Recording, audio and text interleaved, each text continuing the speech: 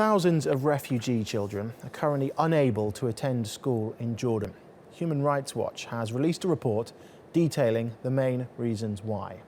The report points to problems with registration, which prevents Syrian children from getting the official identification cards they need to enrol in school.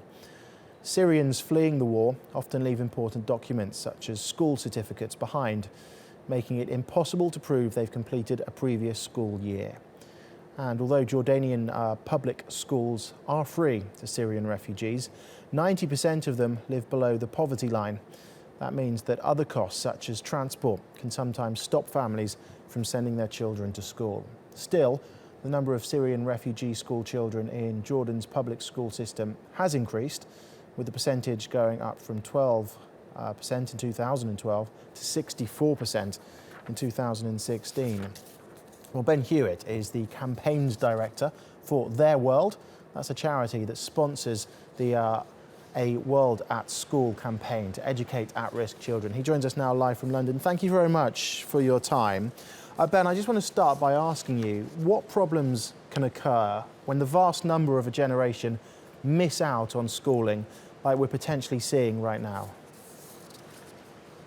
It's a huge challenge for every family. I mean, what we hear when talking to Syrian families who have crossed into Lebanon, Turkey and Jordan, the number one thing that they want to do is secure a better future for their children.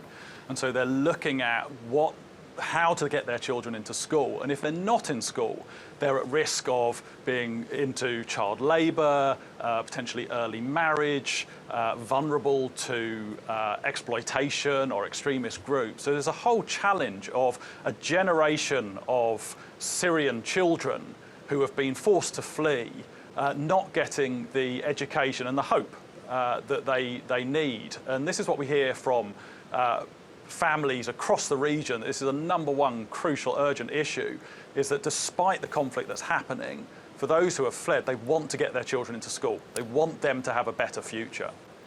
What can countries like Jordan and Lebanon in particular do here? Because their infrastructure is going to be so stretched already with the huge influx of refugees. Can they be doing more, these countries? The infrastructure is hugely stretched, and we're seeing a vast number of refugees who have come across in the last 5 to 6 years. They're doing really interesting things. I mean, if you look at the government of Lebanon, it's opened up a double shift school system where they're running a school program in the morning and a school program for refugee children in the afternoon. So there are a number of programs underway that is looking at how to cope with the influx of refugee children. And this includes looking at what buildings need to be created, what structures are in place, what the teacher training programs. But it's not without challenges either. There's a number of challenges that the families talk about in terms of the languages that they're being taught in, the need for more teachers. So it is a huge challenge, but the countries of Lebanon, Turkey and Jordan have put a plan in place to how they can cope with the influx and how to get those children into school and give them a quality education. And do those countries need broader support from the international community here?